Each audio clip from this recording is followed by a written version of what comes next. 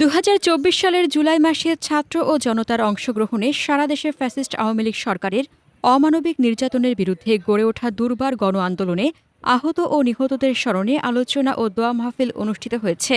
মঙ্গলবার এশার নামাজের পর ফুলবাড়িয়া বাজার বড় মসজিদে এই আয়োজন করে উপজেলা জামাত ইসলামী।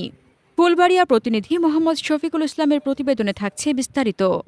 আলোচনা সভায় সভাপতিত্ব করেন পৌর জামাতের আমির মোহাম্মদ মোফাক্খারুল ইসলাম শিবলি। প্রধান অতিথি ছিলেন উপজেলা জামাতের সেক্রেটারি আলহাজ ডাক্তার মোহাম্মদ আব্দুর রাজ্জাক। বিশেষ অতিথি হিসেবে বক্তব্য রাখেন কর্মপরিষদ সদস্য মোহাম্মদ আব্দুল মজিদ, আব্দুল খালেক, মাওলানা মোহাম্মদ নুরুল ইসলাম, কুশমাইল ইউনিয়নের আমির মাওলানা আলী আকবর, মাওলানা ইউসুফ আলী, মোহাম্মদ জহিরুল ইসলাম মাস্টার ও পৌর শ্রমিক কল্যাণ ফেডারেশনের সভাপতি চান মিয়া।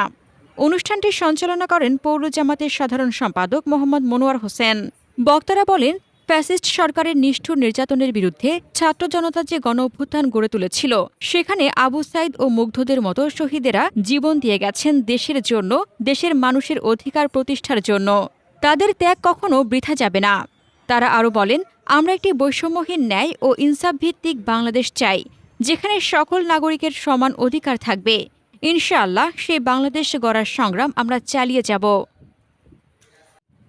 হাসনাতুজ্জাহান হিমু, দৈনিক খোলা চোখ। আপনার স্বপ্নের যাত্রা হোক ফ্লাই ইনফিনিটির সাথে।